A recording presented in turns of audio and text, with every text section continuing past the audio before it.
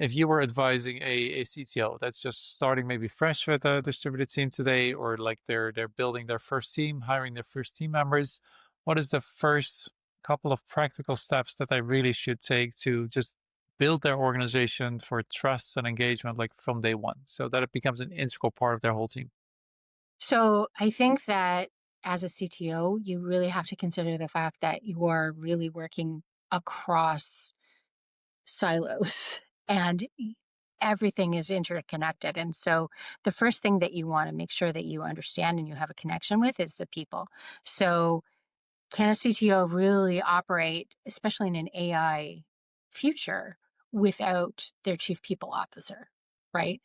And then how is that all funded? So your next best friend is going to be the chief financial officer, because whatever you want to do, you want to make sure that, the people are on board and it can be funded, right?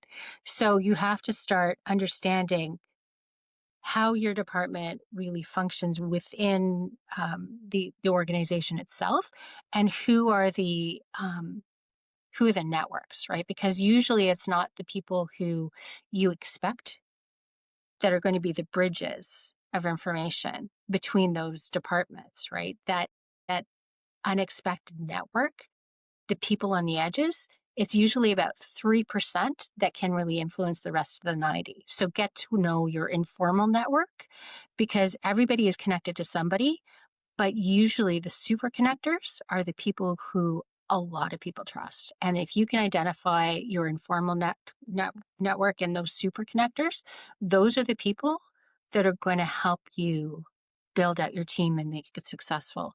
And it's all about how that information flows, but also how that trust flows, right?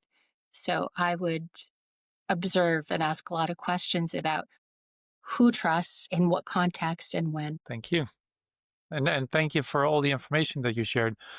What is it? And I think this is something I should have asked you in the beginning, but what is it that you actually help yourself businesses with? What is it that you do, and where can people find you? So it does tend to be cyclical. So the idea is that I want to help organizations make work um, where their businesses thrive and the people thrive. So far, I've been doing that, advising companies on how to do that with hybrid remote. Um, but I think it's wider, right? So like I'm looking at developing into like how that impacts leadership, right? And also how do you adapt for that cyclical, right? So I'm starting to look at, how do I develop a speaking business so that I can influence, because a lot of times the influence has to be done at such a high level. Um, that thinking has to be done before you can really kind of implement, right? So truly, I'm creating a portfolio career that allows me to adapt as things change, right? To influence people at the point of the decision making instead of after they've already made the Right. decision and them implement. Exactly, Nice. that's right. And often, like, what happens is, it tends to be somebody kind of like middle of the tier who they have the ability to influence, but they don't have authority, right? So they don't have budget, they don't have final decision making, they don't have the ear of the CEO.